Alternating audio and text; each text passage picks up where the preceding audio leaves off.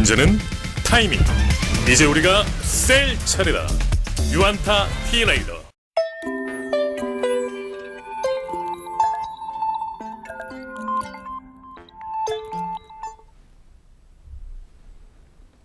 안녕하십니까. 유안타증권 글로벌투자정보센터 최현재입니다. 네, 오늘은 최근 주식시장 동향에 대해서 좀 말씀을 드릴 텐데요. 특히나 다음 주에 시작되는 공매도가 재개되는 부분들이 있고요. 또 하나가 최근에 국내에서 백신을 확보하는 데 굉장히 큰 어려움들이 있기 때문에 이 두 가지에 대해서 중심으로 좀 말씀을 좀 드리도록 하겠습니다.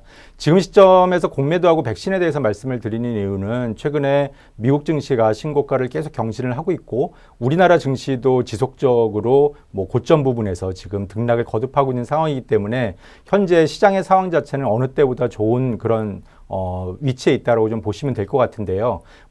한두 달 전에 나왔던 인플레이션이라든지 이에 따른 금리 인상에 대한 어떤 부담 이런 부분들을 말씀을 드렸는데 지금 좋은 환경하에서 좀 조심해야 될 부분들이 또 어떤 점이 있을까라고 생각을 했을 때 공매도 재개와 그다음에 백신 확보 이런 부분들을 좀 고민을 해야 되기 때문에 이 두 가지에 대해서 중점적으로 최근의 상황과 연관지어서 좀 말씀을 좀 드리고 고민을 같이 하는 시간을 가져보도록 하겠습니다. 네, 공매도가 말씀드린 대로 다음 주 월요일부터 다시 재개가 되게 됩니다. 한 14개월 정도 작년도 3월 달부터 코로나19 때문에 주식시장이 급락을 한 이후에 공매도가 14개월 정도 지금 금지가 된 상황이었는데요. 이런 부분들이 다시 재개됐을 때 어떤 일이 벌어질 수 있는지 한번 같이 말씀을 나눠보도록 하겠습니다. 자, 공매도가 뭔지에 대해서 먼저 간단히 좀 한번 말씀을 드리도록 하겠습니다. 개념적으로는 대부분들 알고 계실 것 같고요. 공매도라는 것 자체가 주식을, 증권을 소유하지 않은 사람들이 그것을 매도하는 행위, 즉 내가 주식이 없는데 주식을 매도하는 그런 행위라고 좀 보시면 될 것 같고요. 그래서 대부분 생각을 하는 게 내가 주식 없는데 주식을 매도하는 거니까 지금 무차익 공매도를 많이들 생각을 하십니다. 보시면은 네이키드 숏셀링이라고 해서 주식 없는 상황에서 주식을 파는 이런 부분들을 생각하시는데 우리나라에서는 법적으로 주식을 빌려와서 파는 주식이 없지만 내가 다른 쪽에서 주식을 빌려와서 파는 차입 공매도만 지금 허용되어 있는 상황이고요. 지금 금지가 되어 있는 거는 이 차입 공매도에 대한 부분이 14개월 동안 이제 금지가 되어 있다라고 좀 보시면 될 것 같고요. 전체적으로 봤을 때 보시면은 여러 가지 순기능이라든지 역기능 이런 부분들이 증권사 리포트를 통해서 많이 좀 소개가 됐을 텐데 보통은 이제 우리가 높이 올라간 주식들을 팔아서 차익을 추구하는 개인 투자자 입장에서 봤을 때는 조금 좀 시장에 부정적인 역할을 하는 그런 어떤 행위다라고 생각이 되는데 사실은 공매도의 상당 부분은 투자자가 보유하고 있는 주식에 대한 가격이 하락하는 위험에 대한 해지를 위한 수단으로 많이 쓰이고 있습니다. 그래서 기관 투자자나 외국인들이 많이 하고 있는 공매도 자체가 좋은 제도다, 이게 꼭 필요하다 이 말씀을 드리는 게 아니라 우리가 공매도라는 거를 대부분의 99% 정도를 기관 투자자나 외국인들이 하고 있기 때문에 이 사람들이 어떤 방식으로 공매도를 행하는지에 대한 고민을 해야 우리가 그에 대한 어떤 적절한 대응이 가능하기 때문에 이 부분을 좀 설명을 드렸고요. 보시면은 가격 효율성을 제고를 하고 변동성을 축소시키고 안 좋은 점은 혹시 이걸 못 갚았을 때 결제 불이행이 생긴다. 이제 이론적인 부분들이 좀 있긴 한데 지금 현재 개인 투자자들 같은 경우도 신용 대주라는 형태로 해서 공매도를 좀 칠 수 있는 상황이긴 하지만 개인 투자자가 주식을 빌리기가 너무 어렵기 때문에 실제로는 크게 지금 이루어지진 않고 있고요. 대부분의 공매도는 대차 거래라고 얘기되는 기관 투자자나 외국인들이 주식을 빌려서 파는 그런 행위를 칭한다고 좀 보시면 될 것 같습니다. 그래서 이 부분에 대해서 그러면은 공매도라는 부분이 과연 다음 주 월요일부터 5월 3일부터 시작된다라고 하면은 어떤 효과가 나올까지에 대해서 간단히 좀 말씀을 나눠보도록 하겠습니다. 보시면은 그동안에 2008년도에 글로벌 금융 위기 때 한 8개월 정도, 그 다음에 두 번째로 유럽 재정위기가 있었던 2011년도에 한 3개월 정도 공매도가 한시적으로 금지가 됐던 적이 있었고요. 이번에 작년도 3월부터 이제 이번 주 금요일까지 3차의 어떤 공매도 금지 기간으로 코로나19에 대응해서 공매도가 금지된 부분이 있었는데요. 이때 사실은 우리가 관심 있는 거는 공매도를 금지시켰을 때 주가가 올랐는지 또 반대로 공매도를 다시 재개를 했을 때 주식은 어떻게 되는지 주가는 어떻게 되는지를 살펴보셔야 될 것 같은데 공매도 금지에 대한 효과는 분명히 있었던 것 같습니다. 보시면 공매도를 시작하고 나서 그 기간 중 공매도 금지 기간 중에 주가가 예를 들어서 금융위기 때는 거의 한 3분의 1 정도가 빠졌었고요. 그다음에 재정위기 때도 한 8% 정도가 빠졌고 이번에 코로나19 때도 15% 정도가 빠진 바가 있는데 결국은 공매도 종료 시점까지 봐봤더니 첫 번째 공매도 금지 기간 동안에는 결국 마이너스 3%로 끝났고요. 오히려 유럽 재정위기 때는 5%가 올랐고 이번에는 무려 86% 정도가 상승하는 이런 모습을 보여서 공매도를 금지시켰던 부분들이 수급에 긍정적인 영향을 어느 정도 미치면서 주가 지수에는 긍정적으로 작용을 했다. 그럼 재개되고 나서는 어떻게 됐을까 보시면은 종료 후에 공매도 금지가 종료되고 난 뒤에 다음에 일주일을 보면은 그동안 마이너스 0.1%, 마이너스 2.7%, 한 달 정도의 기간을 보면은 마이너스 0.5%, 그다음에 마이너스 1.7%로 분명히 공매도 금지 기간이 지나고 난 다음에 물론 그 당시에 여러 가지 주식 시장의 환경 이런 걸 봐야 되긴 하겠지만 숫자상으로 놓고 봤을 때는 공매도 금지가 해제되고 난 이후에 시장에는 조금 부정적인 영향을 미쳤던 부분이 있다. 이렇게 좀 이해를 하고 넘어가시면 될 것 같습니다. 그래서 결국은 우리가 그동안에 봤을 때 보시면은 작년도에 공매도가 금지를 시작하던 시점에 보면은 거의 코스피 유가증권 시장 기준으로 봤을 때 하루에 공매도 거래대금이 한 1조까지 올라왔었고요. 코스닥 시장도 공매도 거래대금이 많이 올라온 부분을 확인을 하실 수 있을 것 같습니다. 근데 여기서 한 가지 좀 확인을 하셔야 될 부분들이 공매도가 많이 올라오는 시점들 보시면 이렇게 이제 초록색 막대 그래프가 올라오는 시점인데 주가가 상승하는 시점에는 공매도가 급증을 하지 않습니다. 대부분 보시면 주가가 고점을 찍고 다시 하락 전환하는 시점, 즉 공매도를 많이 때려서 시장에서 주가가 떨어지는 데서 수익을 얻고자 하는 사람들은 주식이 오를 때는 소식이 무서워서 공매도를 많이 못하고요. 오히려 하락이 스타트된 시점, 고점이 지나고 된 시점에서 오히려 주가 지수의 하락을 가속화시키는 그런 역할을 했다는 것을 확인을 좀 할 수 있을 것 같습니다. 그래서 지금 분명히 아까 앞에서 보여드렸던 것처럼 공매도를 금지를 하면서 이렇게 주가가 하락하는 부분을 좀 막았던 부분은 분명히 있었다라고 보시면 될 것 같고요. 근데 문제가 개인 투자자들 같은 경우는 공매도를 왜 금지시키지 않느냐, 왜 이거를 기관 투자자나 외국인한테들만 허용을 시키냐라고 해서 굉장히 불만이 높은 상황이긴 한데요. 이제 반면에 여러 증권사 리포트나 이런 거는 크게 상관없다, 공매도가 오히려 순기능이 많다 이렇게 얘기를 하고 있는데 그 부분에 대해서 한번 살펴보도록 하겠습니다. 보시면 그동안 2019년도 공매도 작년에 금지되기 전에 한 1년 정도 19년도만 확인을 좀 해보도록 하겠습니다. 공매도 대금 기준으로 봤을 때 공매도를 누가 많이 때렸냐 봤을 때 기관이 한 40%, 외국인이 한 60%입니다. 개인의 비중은 1%가 되지 못합니다. 그리고 대부분 결국은 공매도는 아까 대차 거래를 통해서 외국인이나 기관들이 많이 했고 개인들이 쓰고 있는 대주 거래를 통해서는 공매도가 활발하게 이루어지지 못했다. 그래서 결국 공매도는 기관과 외국인을 위한 제도 아니냐라는 개인 투자자들의 항변은 충분히 이유가 있다고 생각을 하고 있고요. 사실은 더 중요한 점은 뭐냐면은 투자 주체별로 봤을 때 그 주체들이 매도하는 대급 중에서 공매도가 차지하는 비중이 도대체 얼마만큼 되느냐에 대해서 체크를 해보면은 유가증권 시장 같은 경우는 당연히 개인 투자자들은 0.1%, 0.1% 진짜 얼마 되지 않습니다. 매도 대금 중에서 공매도는 정말 작은 비중인데 기관 투자자나 외국인들은 유가증권의 시장의 경우 약 12%대 정도를 차지를 하고 있고요. 코스닥 시장 같은 경우를 보면은 기관은 약 12%, 그다음에 외국인들은 17% 정도가 전체 매도 대금 중에서 공매도가 차지하고 있다. 이 얘기는 그동안 유가증권 시장 같은 경우는 한 10% 초반, 그 다음에 코스닥 시장 같은 경우는 10% 초반에서 10% 후반 정도 되는 매도세 자체가 지금 일정 14개월의 기간 동안 좀 막혀 있었다. 그래서 수급적으로 분명히 긍정적인 영향을 미쳤기 때문에 반대로 뒤집어 생각을 하면은 공매도가 재개된다라고 하면은 분명히 공매도를 통한 매도 압력은 있을 수밖에 없고 이 이유 때문에 시장이 영향을 받는 거는 좀 피할 수 없는 그런 사실이 아닌가, 이 부분에 대해서 좀 체크를 하셔야 될 것 같습니다. 그 이유가 뭐냐면은 보시면은 2010년부터 지금 현재까지 공매도 거래대금 자체가 전체 거래대금에서 얼마 정도 차지하냐를 나타내는데요. 코스피 시장 같은 경우는 전체 거래대금의 약 6%가 공매도가 차지하고 있었고요.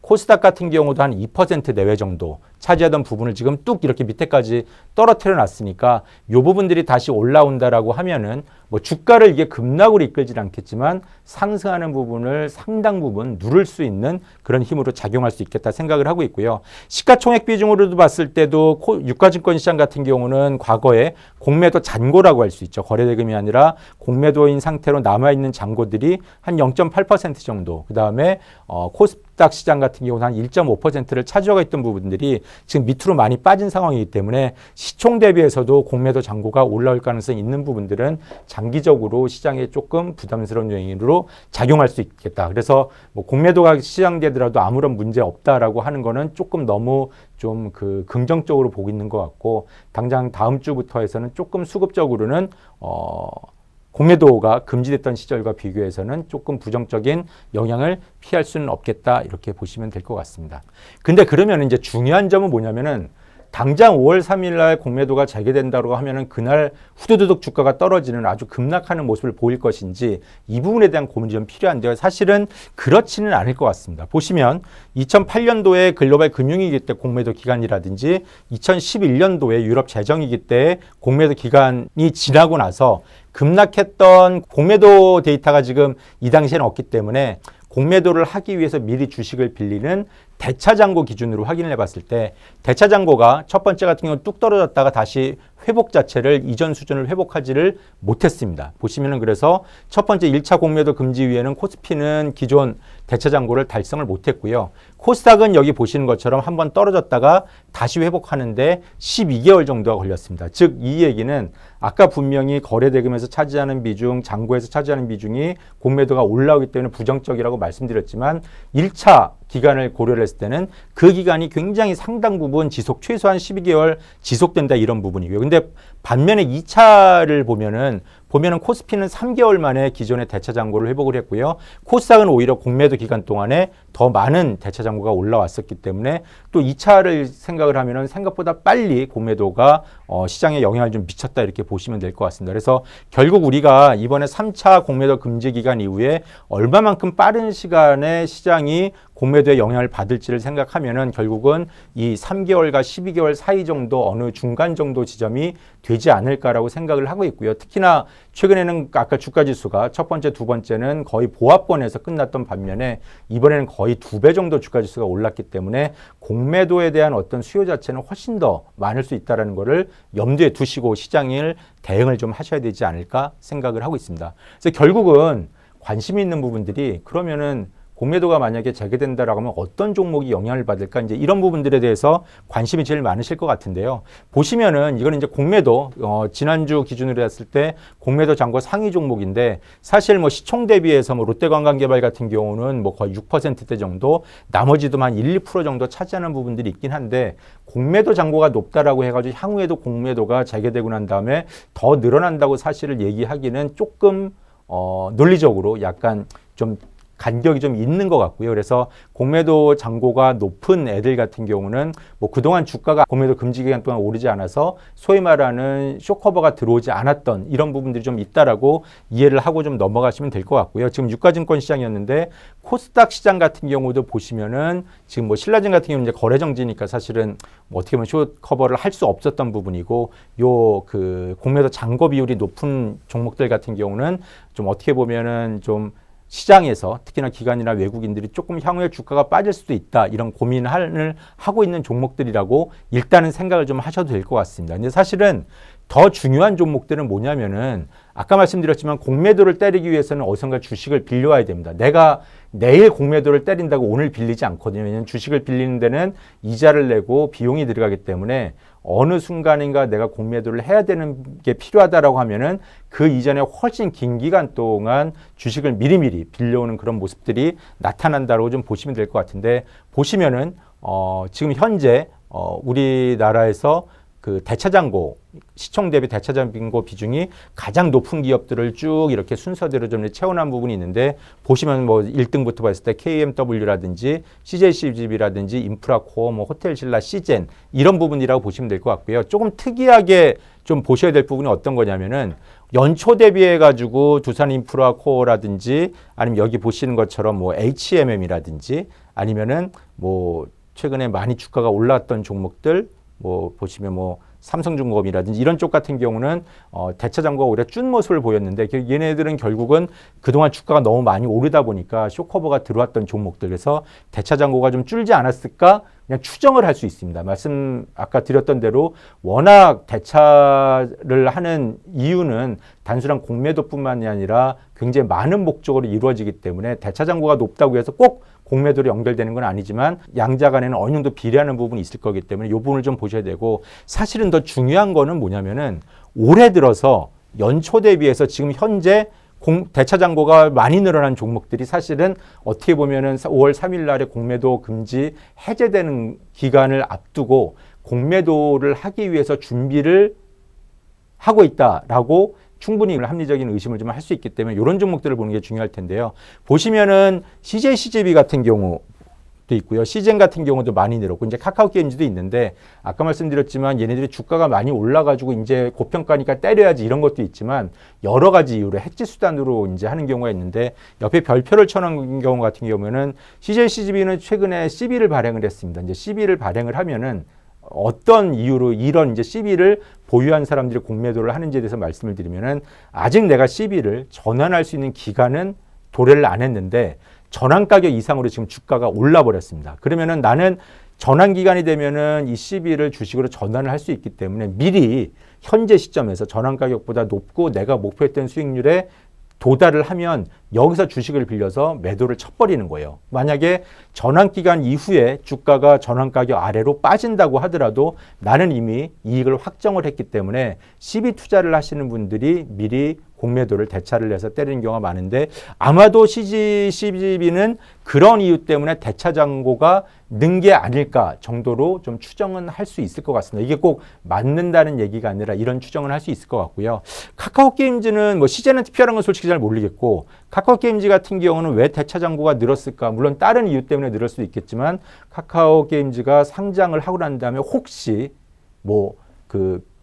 꽤 지분을 많이 가지고 있는 주주들은 아시겠지만 IPO를 할 때 이제 락업이나 이런 게 걸리는 경우가 있는데 그 락업이 풀리기 전에 내가 지금 공모가보다 훨씬 위쪽으로 올라온 이익을 확정을 하고 싶다라고 하면은 주식을 빌려서 다시 공매도를 때리면은 주식 자체가 이익이 확정되기 때문에 아마 그런 수요도 여기에 일부 들어가지 있지 않을까 이렇게 좀 추정을 할 수 있습니다. 그래서 결국은 그런 부분들은 투자자 여러분들께서 여러 가지 주식들을 매매를 하실 때 이런 공매도 이런 대차정보가 올라온다라든지 이런 부분들이 왜 올라갈까를 고민을 할 때 기관 투자자나 외국인들의 여러 가지 전략들을 고려하셔가지고 참고를 하시면은 어떻게 보면 그들의 어떤 매매 행태 자체를 이해하는데 조금 도움이 되시지 않을까 이렇게 좀 판단을 할 수 있겠습니다.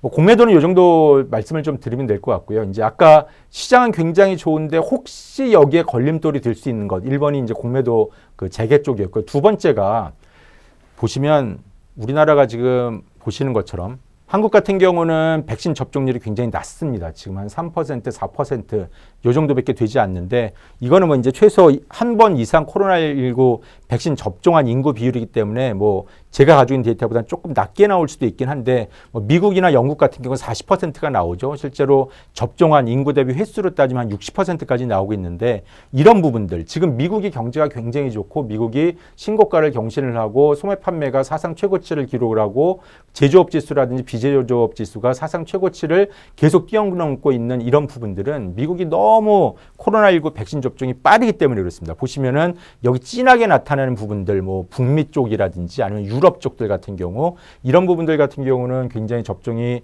빠르게 진행되고 있기 때문에 최근에 뭐 메이저리그라든지 아니면 엊그제 뭐 UFC도 한번 제가 잠깐 봤고요. 그 다음에 뭐 저 유럽의 축구 게임을 보더라도 그 관중들이나 이런 사람들이 마스크를 쓰지 않은 채로 응원하는 걸 굉장히 많이 봤는데 우리는 지금 어디 밖에 한번 나갈 때도 마스크를 꼭 착용을 하고 나가야 하는 상황인데 뭐 미국이라든지 유럽 쪽 같은 경우는 생각보다 경제가 굉장히 정상화가 빨리 되고 있다고 보시면 될 것 같습니다. 그래서 우리나라의 주가 상승을 한 번 더 억누를 수 있는 요인이 될 수 있는 게 우리나라의 백신 접종 속도가 늦었을 경우에 생각보다 물론 우리나라도 지금 소매 판매라든지 소비가 굉장히 좋은 상황이긴 하지만 추가적인 어떤 점프를 위해서는 백신 접종이 좀 빠르게 이루어져야 되지 않을까 하는 부분에서 요 꼭지를 좀 준비를 했고요. 여기 보시는 것처럼 우리나라가 지금 도입될 걸로 예상되는 백신은 한 4가지 정도가 있고요. 공급 계약까지 맺은 걸로 따지면은 노바백스까지 포함해서 화이자, 모더나, 그다음에 존슨앤존슨, 아스트라제네카, 그다음에 노바백스 5가지 정도가 있는데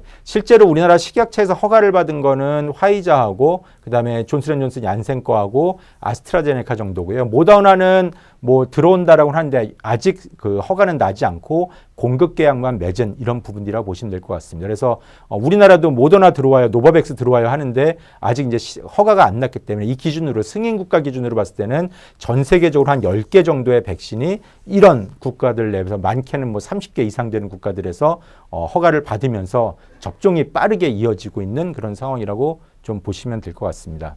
보시면은 우리나라의 도입 예정인 이제 백신들을 좀 보시면은 지금 현재 접종을 하고 있는 백신은 아스트라제네카하고 화이자 물량을 좀 접종을 하고 있다고 보시면 될 것 같고요. 지금 얀센 같은 경우는 미국에서 이제 혈전 문제 때문에 조금 약간 이슈가 있긴 하겠지만 2분기 도입 예정인데 아직은 들어오지 못했고 모더나는 한 3분기 정도, 그다음에 노바백스는 아직 언제 들어올지 그 날짜가 정해지지 않은 그런 상황이라고 보시면 될 것 같아서 결국 이 부분을 얼마나 빨리 확보를 해서 백신을 접종하느냐가 우리나라 경제활동이 정상화로 얼마나 빠르게 돌아가느냐에 좀 결정을 하는 중요한 요소가 될 거라고 생각을 하고 있습니다.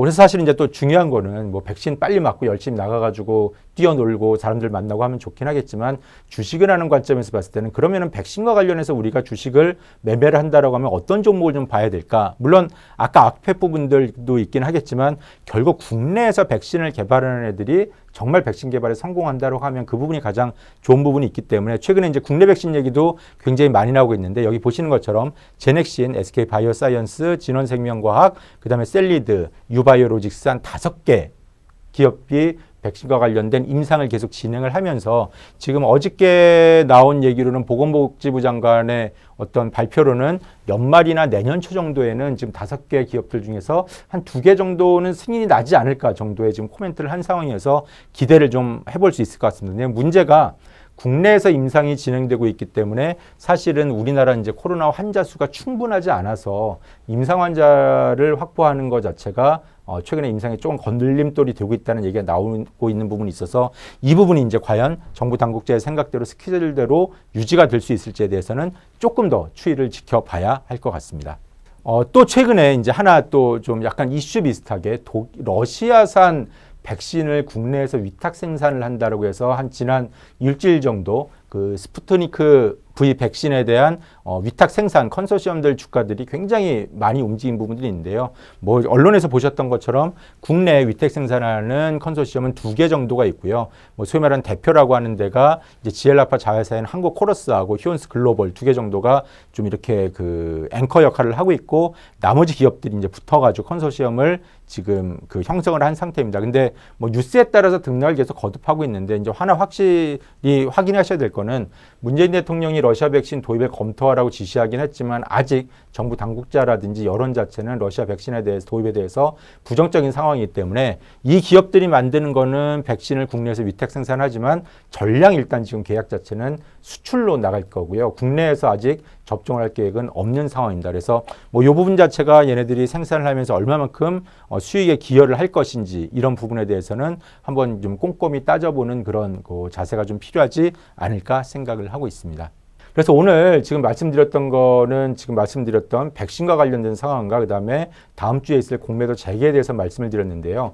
이 부분에 대해서 다시 한번 검토해 드렸던 거는 다시 말씀드리면은 지금 시장의 환경 자체가 굉장히 긍정적이고 뭐 종목 자체도 굉장히 빠르게 움직이는 모습이 보이고 있는데 지금 인플레이션과 관련된 이슈는 뭐 한두 달 전과 달리 조금 좀 그 수면 아래로 잠복을 한 상태입니다. 지금 미국의 10년물 국채 금리가 1.5%대까지 다시 떨어졌고요. 그다음에 물가 상승 자체도 큰 부담이 없는 상황이어서 시장에 영향을 못 주고 있긴 하지만 최근에 뭐 옥수수 가격이라든지 구리 가격 같은 원자재 가격이 굉장히 빠르게 오르고 있기 때문에 이 부분이 인플레이션을 자극한다라고 하면은 다시 한번 금리와 관련된 이슈가 좀 부각될 수도 있을 것 같다. 하지만 지금 상황에서는 조금 안전한 그런 상황이 아닌가 생각을 하고 있고요. 그렇다라고 하면 이 좋은 상황에서 조금 우리가 한 번 더 점검해야 될 부분이 뭐가 있을까 해봤을 때 첫 번째로 공매도 재개됐을 때 조금 수급의 부정적인 부분, 그다음에 두 번째로 백신 접종이 생각보다 지연됐을 때 국내 어떤 소비라든지 경제 활동이 정상화에 시간이 걸릴 수도 있겠다. 이 부분은 주식을 매매하시면서 지속적으로 좀 검토하고 좀 매매하는 데 도움을 좀 줘야 되지 않을까 생각을 하고 있습니다. 그래서 오늘 말씀은 여기서 마치도록 하고요. 다음에 또 좀 시장과 관련된 이슈로 찾아뵙고 말씀드리도록 하겠습니다. 네, 감사합니다. 문제는 타이밍. 이제 우리가 셀 차례다. 셀 타이밍을 알려주는 유안타 T라이더. 잘 파는 게 투자다. 유안타 증권.